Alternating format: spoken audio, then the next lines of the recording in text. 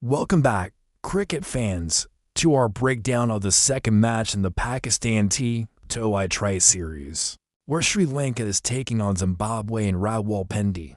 This is shaping up to be a real nail-biter. So let's dive right into the action. Sri Lanka won the toss and, with Dasun Shanaka stepping in as captain, chose to bowl first. Shanaka mentioned that the potential for evening dew was a big reason for their decision to chase.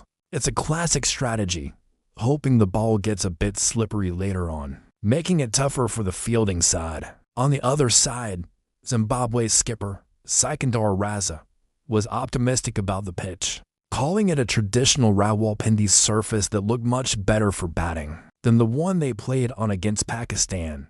His game plan was simple: put as many runs on the board as possible, and that's exactly what they did, setting a challenging target of 163 for Sri Lanka to win. Now, let's look at the team news because there were some interesting changes. For Sri Lanka, the big news was Bhanika Rajapaksa's return to the T20I side for the first time since January.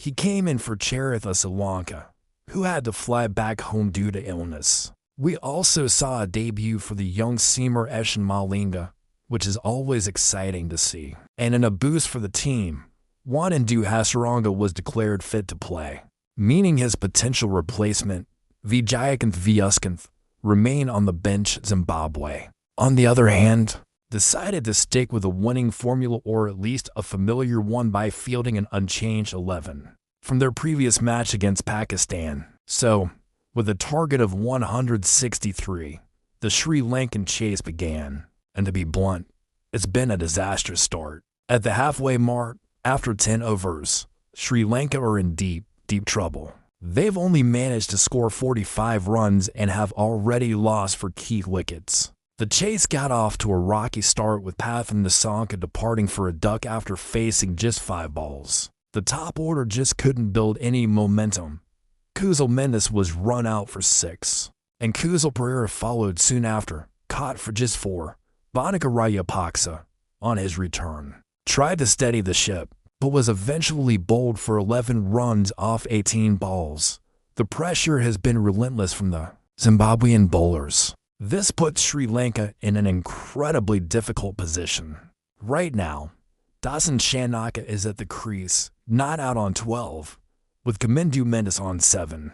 But the mountain they have to climb is massive. They need a staggering 118 runs from the final 60 balls. Their current run rate is a sluggish 4.5, but the required run rate has skyrocketed to an imposing 11.8 runs per over. That means they need to hit a boundary almost every other ball just to stay in the game. It's a monumental task that will require some truly explosive batting from the remaining players. Looking at the win probability, the numbers tell a grim story for Sri Lanka. Zimbabwe are the overwhelming favorites, with a win probability of nearly 92%. Sri Lanka, meanwhile, are given just an 8% chance of pulling off a miraculous victory from this position. The odds are stacked against them, but as we all know, in T20 cricket, anything can happen. 1 or 2 massive overs could completely change the complexion of this match. Shanaka is known for his power hitting, and he'll need to unleash his full arsenal if they have any hope. Can Sri Lanka produce a comeback for the ages? Or will Zimbabwe cruise to their first win of the Tri-Series? The next 10 overs are going to be absolutely crucial. That's all for this update. It's been a dramatic match so far, and the climax is yet to come. Will Sri Lanka's lower order pull a rabbit out of the hat? Stay tuned to find out. Thanks for watching. And don't forget to like this video and subscribe to the channel for more cricket analysis. We'll be back with the final results soon.